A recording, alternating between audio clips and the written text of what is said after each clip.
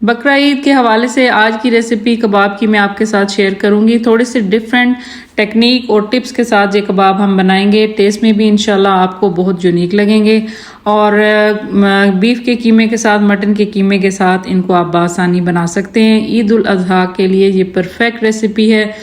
आपने वीडियो को फुली देखना है ताकि जितनी भी छोटी छोटी टिप्स मैं इसमें ऐड करूंगी आपने उनको सबको फॉलो करना है, तो आप बिल्कुल परफेक्ट कबाब जो है वो चटखारा कबाब इसी तरह बना सकते हैं।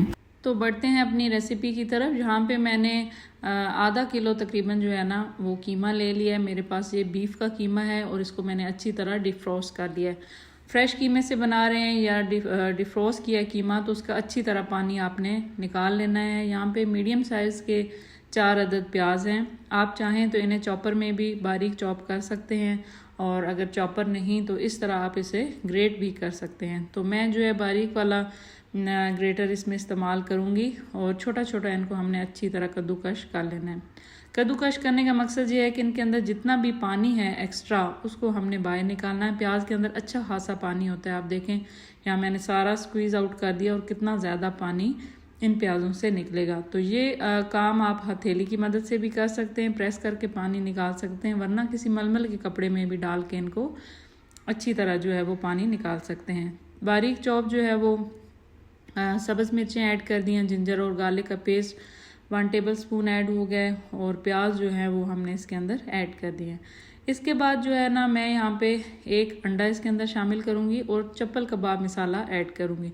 आप चाहें तो इसे होममेड मसालों के साथ बना सकते हैं, जिसमें कुटा हुआ धनिया, कुटी हुई लाल मिर्च, हल्दी पाउडर, धनिया पाउडर, ज़ीरा पाउडर और ये वाले मेन इंग्रेडिएंट्स यूज़ करेंगे।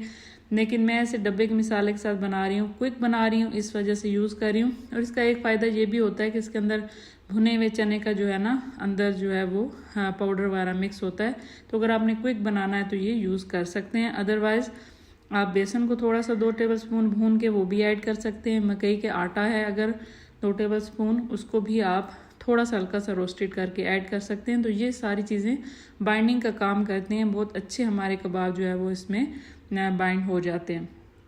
मेरा जो कीमा था उसमें फ़ैट थोड़ा कम था। आप कीमा लें तो उसमें थोड़ी सी फ़ैट ज़रूर होनी चाहिए, उससे भी कबाब जो है वो अंदर तक बहुत ज़्यादा जूसी बनते हैं। तो यहाँ पे मैंने देसी घी की 1 टेबल स्पून ऐड कर दी है। अगर आपके कीमे में भी इसी तरह चर्बी कम है तो आप जो है वो घी ऐड कर सकते हैं। हाथों की मदद से 4 से 5 मिनट मैंने इनको अच्छी तरह मसला है और फिर जो है वो इनको थोड़ी देर मैंने रेस्ट भी दिया है।